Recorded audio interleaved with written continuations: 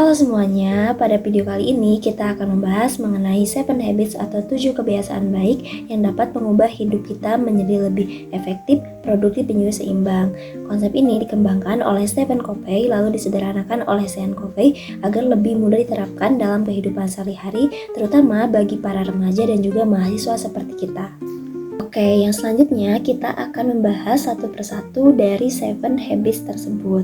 Kebiasaan pertama yaitu jadilah proaktif. Menjadi proaktif berarti kita menyadari bahwa kita adalah sumber pendorong bagi diri kita sendiri. Orang yang reaktif biasanya akan bereaksi secara spontan tanpa berpikir panjang.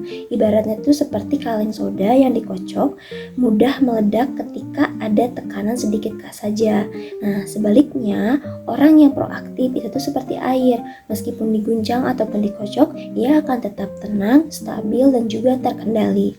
Nah, orang proaktif itu tahu bahwa mereka tuh tidak bisa mengendalikan apa yang terjadi pada diri mereka, tetapi mereka dapat mengendalikan bagaimana cara meresponnya. Misalnya, ketika ada orang yang menyinggung perasaan kita, orang yang reaktif itu akan langsung marah. Tapi orang yang proaktif akan berpikir, aku tidak akan membiarkan orang lain merusak hariku. Nah, kunci dari jadilah proaktif ini adalah pada self-talk. Apa yang kita katakan pada diri kita sendiri saat menghadapi situasi sulit, kalau kita bisa memiliki atau mengganti pikiran negatif menjadi positif, kita tuh sedang menerapkan apa yang disebut dengan emotional switch. Nah, yang selanjutnya ada kebiasaan kedua yaitu mulailah pada tujuan akhir. Kebiasaan kedua ini mengajarkan bahwa kita tuh harus merujuk pada tujuan akhir. Ketika kita diminta untuk bertanya pada diri kita sendiri kayak apa tujuan hidupku, apa yang ingin aku capai dalam 5 tahun ke depan atau 10 tahun ke depan atau 15 tahun ke depan, seringkali kita tuh menjalani kehidupan itu tanpa arah yang jelas. Padahal Covey itu mengingatkan bahwa jika kita tidak bisa mengendalikan takdir kita sendiri, maka orang lain yang akan kemungkinan mengendalikan takdir kita. Nah, kebiasaan ini juga menuntun kita untuk bisa membuat visi pribadi, sebuah gambaran tentang bagaimana sih kehidupan kita yang kita inginkan, yang kita damba-dambakan, dan langkah apa yang kita yang perlu ambil dan lakukan untuk mencapai impian tersebut. Selanjutnya, kebiasaan yang ketiga itu ada kebiasaan dahulukan yang utama. Nah, setelah kita tahu tujuan akhir kita, maka langkah berikutnya kita harus bisa menentukan prioritas. Covey itu membagi aktivitas kita ke dalam 4 kuadran waktu. Yang pertama itu adalah penting dan mendesak. Artinya suatu aktivitas atau kegiatan itu sifatnya penting dan juga mendesak atau harus segera dilakukan. Seperti kayak kita menolong orang sakit atau keluarga yang sakit, atau juga memenuhi deadline tugas atau pekerjaan yang memang harus segera dilakukan atau harus segera dipenuhi. Nah, yang kedua ada tidak penting tapi mendesak. Artinya kayak ini tuh aktivitas atau kegiatannya itu tidak penting tapi menurut kita tuh mendesak. Kayak seperti kita tuh terlalu sibuk untuk menyenangkan atau juga terlalu sibuk untuk mengiyakan apa yang teman kita atau orang lain tuh perintahkan kepada kita, padahal sifatnya itu tidak terlalu penting gitu. Kayak ini tuh ibaratnya gitu kayak seperti orang yang yes man atau people pleaser. Terus yang ketiga adalah tidak penting dan juga tidak mendesak. Artinya itu ini seperti aktivitas yang sangat lalai yang sering kita lakukan, seperti kayak terlalu lama bermain game atau juga menonton kayak drama ataupun drama Jepang gitu yang tanpa batas. Terus yang terakhir adalah ini penting tapi tidak mendesak. Itu kuadran itu merupakan kuadran yang terbaik di antara kuadran lainnya, karena kita tuh udah tahu hal-hal yang penting tapi kita udah melakukannya tuh jauh-jauh hari, jadi tidak terlalu mendesak kita. Seperti kita tuh udah bisa merencanakan belajar atau membuat time management yang baik, terus juga bisa menjaga hubungan baik atau berolahraga. Nah, kebiasaan orang sukses itu tuh ada di kuadran keempat, karena mereka itu lebih mendahulukan yang penting bukan yang mendesak. Nah, yang kemudian, yang selanjutnya ada kebiasaan keempat atau yaitu berpikir menang-menang. Nah, kebiasaan ini mengajarkan kita bahwa kita tuh harus melihat dunia itu dengan adil. Jadi, aku bisa menang, ibaratnya aku bisa menang, nah kamu juga bisa menang. Nah, berpikir menang-menang itu bukan berarti semua orang tuh harus sama, tapi bahwa kita berpikir bahwa semua orang tuh bisa memiliki kesempatan yang sama untuk mendapatkan hasil yang terbaik tanpa menjatuhkan yang lain. Nah, di sini tuh selain berpikir menang-menang juga ada pola perilaku atau pola pikiran yang lain, seperti yang pertama menang kalah pikirannya. Jadi itu kita merasa bahwa kita tuh harus lebih unggul daripada orang lain gitu, kita harus lebih superior, dan kita tuh pemikiran itu biasanya tuh lebih mendahulukan ego dibandingkan dengan persahabatan maupun kesetiaan. Nah, yang selanjutnya adalah kalah menang. Kita tuh ini tuh sifat yang kita tuh kayak mengalah gitu demi orang lain agar senang meskipun kita rugi. Jadi kita tuh rasa di bawah atau diinjak-injak gitu oleh orang lain. Yang penting orang lain senang. Nah, yang selanjutnya adalah berpikir kalah-kalah. Artinya itu kalau aku gagal, kamu juga harus gagal. Nih, ibaratnya itu kayak pola balas dendam, dimana kalau misalnya ada seorang yang merasa kegagalan atau merasa dia terjatuh, nah orang lain pun yang udah buat dia terjatuh dan gagal, dia juga harus gagal.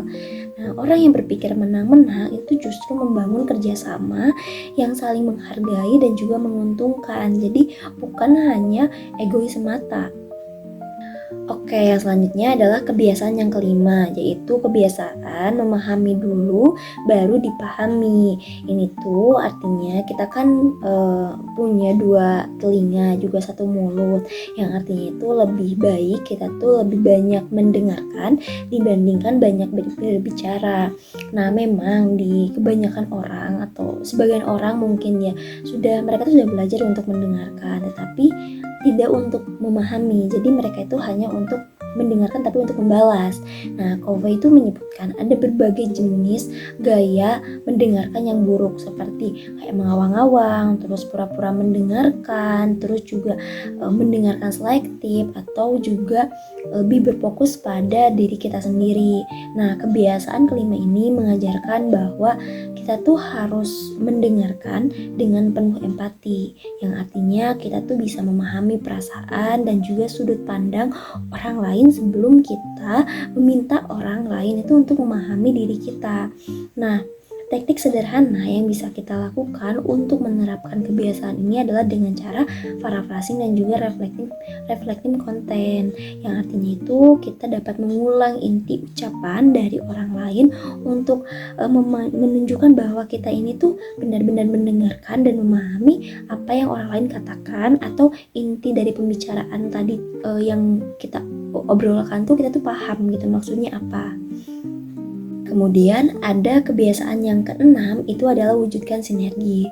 Nah, sinergi berarti kita memanfaatkan berbagai perbedaan untuk mencapai hasil yang lebih besar daripada jika kita bekerja sendirian. Nah, setiap orang tuh kan punya gaya, cara berpikir, karakter, sifat yang berbeda-beda. Nah, jadi jika kita mampu menghargai dan juga memahami keberagaman itu, maka kita tuh dapat menciptakan suatu kekuatan yang baru.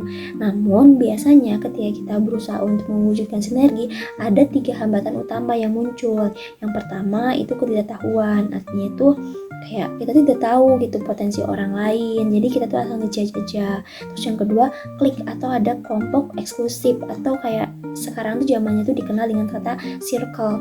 Nah, artinya itu kita tuh hanya mau berbagi, hanya mau bercerita, itu hanya mau bekerja sama dengan orang yang kita kenal dekat atau teman sekelompok kita saja.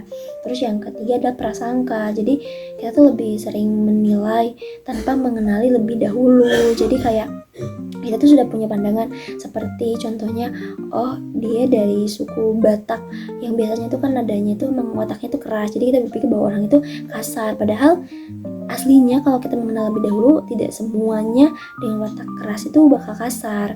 Nah, sinergi sejati itu terjadi ketika kita itu bisa membuka diri, menghargai perbedaan, dan juga bekerja sama dalam keberagaman. Oke, yang selanjutnya adalah kebiasaan terakhir atau kebiasaan yang tujuh adalah merawat diri. Nah, itu adalah kebiasaan yang sering kita lupakan karena mungkin dengan berbagai kesibukan kita sebagai mahasiswa atau juga sebagai pelajar ataupun sebagai seorang pekerja, kita tuh sering melupakan untuk merawat diri kita sendiri. Padahal itu adalah kebiasaan yang penting karena bisa ditujukan untuk memperbaharui diri menjadi lebih baik. Nah, Covey itu membagi perawatan diri ke dalam 4 dimensi. Yang pertama itu fisik. Nah, kita tuh dapat merawat diri secara fisik itu dengan cara berolahraga, makan yang sehat, tidur yang teratur, dan juga dengan relaksasi atau juga rekreasi gitu. Terus yang kedua mental. Kita dapat merawat mental kita itu tuh dengan cara membaca, menulis, belajar hal baru, atau juga hal-hal yang keterampilan yang dapat mengasah otak kita. Nah, ketiga itu ada emosional, dapat diwujudkan dengan cara membangun hubungan yang hangat dengan orang lain, menepati janji, berbuat baik dengan lembut terhadap orang lain, dan juga kayak welcome juga dapat bekerja sama dengan orang lain. Nah, terus yang terakhir ada spiritual. Nah, itu dapat kita terapkan dengan cara kayak berdoa, bermeditasi, merenung, terus menulis jurnal untuk memperkuat hubungan antara kita dengan Tuhan. Nah, kalau 4 aspek itu seimbang, maka kita tuh dapat menjadi pribadi yang utuh, tenang, produktif, dan juga bahagia. Oke, teman-teman, setelah kita mendengarkan penjelasan juga mengupas masing-masing dari 7 habits atau 7 habits tersebut, maka kita dapat mengambil pelajaran atau kesimpulan bahwa 7 kebiasaan itu tuh bukan hanya teori saja, tapi juga dapat menjadi panduan bagi hidup kita, menjadi proaktif, tahu tujuan akhir, tahu prioritas, berpikir menang-menang, memahami orang lain, terus bersinergi dan juga merawat diri itu dapat membentuk suatu pondasi yang kuat bagi pribadi yang efektif dan juga berkarakter. Seperti kata Covey bahwa kebiasaan itu menentukan siapa kita. Jadi mulailah dari hari ini, mari kita bentuk kebiasaan-kebiasaan yang positif, karena dari kebiasaan itu maka sebuah kesuksesan akan tumbuh. Oke, jadi sekian yang video yang dapat saya sampaikan. Jadi jangan lupa untuk menerapkan 7 kebiasaan baik ini. Dadah.